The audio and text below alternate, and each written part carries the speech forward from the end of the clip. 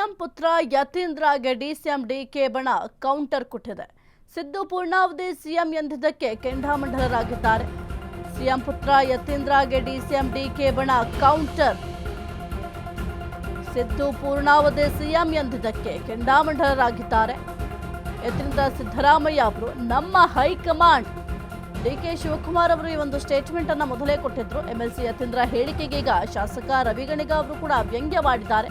ನಮಗೆ high command notice ಕೊಡಬಹುದು, ಆದರೆ ಹೈಕಮಾಂಡ್ಗೆ ನಾವು ನೋಟಿಸ್ ಕೊಡಲು ಆಗಲ್ಲ. ಯತೀಂದ್ರ ನಮ್ಮ ಹೈಕಮಾಂಡ್ ಅಂತ ಡಿಕೆ ಶಿವಕುಮಾರ್ ಅವರು ಹೇಳಿದ್ದಾರೆ. ನಾನು ಅದನ್ನೇ ಪುನರ್ ಉಚ್ಚರಿಸ್ತೇನೆ ಅಂತ ರವಿ ಗಣಿಗ ಅವರು ಹೇಳಿದ್ದಾರೆ.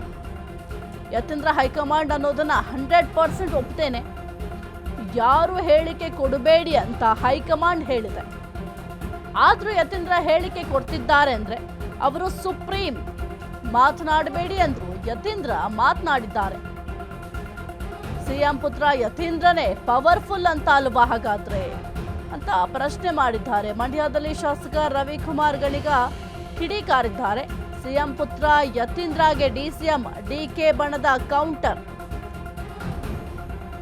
ಸಿದ್ದು ಪೂರ್ಣಾವಧಿ ಸಿಎಂ ಎಂದಿದ್ದಕ್ಕೆ ಕೆಂಡಾಮಂಡಲ. ಇನ್ನು ಯತೀಂದ್ರ ಸಿದ್ದರಾಮಯ್ಯ ಅವರು ಸಿಎಂ ಪುತ್ರ ಏನಿದ್ದಾರೆ, ಸಿಎಂ ಸಿದ್ದರಾಮಯ್ಯ ಅವರು ಸಿಎಂ ಆಗಿ ಮುಂದುವರಿತಾರೆ. ಪೂರ್ಣಾವಧಿ ಸಿಎಂ ಎಂಬ ಹೇಳಿಕೆಯನ್ನು ಕೊಟ್ಟರು. ಆ ಒಂದು ಸ್ಟೇಟ್ಮೆಂಟ್ ಕೊಟ್ಟ ನಂತರ ಕಾಂಗ್ರೆಸ್ ಪಾಳೆಯದಲ್ಲಿ ಬಹಳ ಚರ್ಚೆಗಳಾಗ್ತಾ ಇತ್ತು. ಜೊತೆಗೆ ಒಂದು ಕೋಲಾಹಲ ವಾತಾವರಣವನ್ನು ನಿರ್ಮಾಣ ಮಾಡ್ತು. ಜೊತೆಗೆ ಗೊಂದಲದ ವಾತಾವರಣ ಕೂಡ ನಿರ್ಮಾಣ ಆಯಿತು. ಹಾಗಾಗಿ ಸದ್ಯಕ್ಕೆ ಯತೀಂದ್ರ ಸಿದ್ದರಾಮಯ್ಯ ಅವರ ವಿರುದ್ಧವಾಗಿ ಸಾಕಷ್ಟು ನಾಯಕರು ಅಸಮಾಧಾನವನ್ನು ವ್ಯಕ್ತಪಡಿಸ್ತಾ ಇದ್ದಾರೆ. ಜೊತೆಗೆ ಈಗ ರವಿ ಗಣಿಗ ಅವರು ಕೂಡ ಅಸಮಾಧಾನವನ್ನು ವ್ಯಕ್ತಪಡಿಸ್ತಾ ಇದ್ದಾರೆ. ಡಿಕೆ ಶಿವಕುಮಾರ್ ಅವರು ಕೂಡ ಈ ಒಂದು ವಿಚಾರವಾಗಿ ಪ್ರಸ್ತಾಪವನ್ನು ಮಾಡಿದಂಥ ಸಂದರ್ಭದಲ್ಲಿ ಹೌದು, ಯತೀಂದ್ರ ಸಿದ್ದರಾಮಯ್ಯ ಅವರೇ ನಮ್ಮ ಹೈಕಮಾಂಡ್ ಅಂತ ವ್ಯಂಗ್ಯವಾಗಿ ಮಾತನಾಡಿದರು ಡಿಕೆ ಶಿವಕುಮಾರ್ ಅವರು. ಅದಾದ ನಂತರ ಸಾಕಷ್ಟು ನಾಯಕರು ಕೂಡ ಅಸಮಾಧಾನವನ್ನು ವ್ಯಕ್ತಪಡಿಸಿದ್ರು. ಯತೀಂದ್ರ ಸಿದ್ದರಾಮಯ್ಯ ಅವರು ಈ ರೀತಿಯಾಗಿ ಸ್ಟೇಟ್ಮೆಂಟ್ಗಳನ್ನು ಕೊಡ್ತಾ ಇದ್ದಾರೆ ಈ ಒಂದು ಪವರ್ ಶೇರಿಂಗ್ ವಿಚಾರಕ್ಕೆ ಸಂಬಂಧಪಟ್ಟಂತೆ. ಆದರೆ ಯಾರೂ ಕೂಡ ಒಂದು ಶಿಸ್ತು ಕ್ರಮವನ್ನು ಜರುಗಿಸಿಲ್ಲ. ನಾವೇನಾದರೂ ಈ ರೀತಿಯಾಗಿ ಸ್ಟೇಟ್ಮೆಂಟ್ಗಳನ್ನು ಕೊಟ್ಟರೆ ನಮ್ಮ ವಿರುದ್ಧವಾಗಿ ನೋಟಿಸನ್ನು ಇಶ್ಯೂ ಮಾಡ್ತಾರೆ. ಆದರೆ ಯತೀಂದ್ರ ಸಿದ್ದರಾಮಯ್ಯ ಅವರು ಮೊದಲೇ ಈ ರೀತಿಯ ಸ್ಟೇಟ್ಮೆಂಟ್ಗಳನ್ನು ಕೊಟ್ಟಿದ್ರು. ಆ ಒಂದು ಸಂದರ್ಭದಲ್ಲೂ ಕೂಡ ನೋಟಿಸನ್ನು ಇಶ್ಯೂ ಮಾಡಿರಲಿಲ್ಲ. ಒಂದು 3-4 ಬಾರಿ ಇದೇ ರೀತಿಯ ಸ್ಟೇಟ್ಮೆಂಟ್ಗಳನ್ನು ಕೊಡ್ತಾ ಇದ್ದಾರೆ. ಹಾಗಾಗಿ ದೊರೆಯ ಮಕ್ಕಳಿಗೆ ಇದು ಅನ್ವಯ ಆಗೋದಿಲ್ಲ ಅಂತ ಕೂಡ ಕೆಲವೊಂದಿಷ್ಟು ನಾಯಕರು ಅಸಮಾಧಾನವನ್ನು ವ್ಯಕ್ತಪಡಿಸಿದ್ರು. ಈಗ ರವಿ ಗಣಿಗ ಅವರು ಕೂಡ ಅಸಮಾಧಾನವನ್ನು ವ್ಯಕ್ತಪಡಿಸ್ತಾ ಇದ್ದಾರೆ. ಯತೀಂದ್ರ ಸಿದ್ದರಾಮಯ್ಯ ಅವರು ನಮ್ಮ ಹೈಕಮಾಂಡ್ ಇದ್ದಂತೆ ಡಿಕೆ ಶಿವಕುಮಾರ್ ಅವರು ಕೂಡ ಇದನ್ನೇ ಹೇಳಿದ್ರು. ನಾನು ಅದನ್ನು ಮತ್ತೆ ಪುನರುಚ್ಚಾರವನ್ನು ಮಾಡ್ತೀವಿ.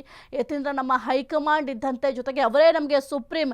ಯಾಕೆಂತಂದರೆ ಇಷ್ಟೆಲ್ಲ ಹೇಳಿದ್ರು ಕೂಡ ಅವ್ರ ಏನೇ ಒಂದು ನಿರ್ಧಾರ ಮಾಡಲಿ ಅಥವಾ ಯಾವುದೇ ಒಂದು ತೀರ್ಮಾನ ಆದರೂ ಕೂಡ ಅವ್ರು ಹೇಳ್ದಂಗೆ ನಡೆಯುತ್ತೆ ಅಂತಂದರೆ ಅವರು ನಮಗೊಂದು ರೀತಿಯ ಸುಪ್ರೀಂ ಅಂತ ಈಗ ವ್ಯಂಗ್ಯವಾಗಿ ಮಾತನಾಡಿದ್ದಾರೆ.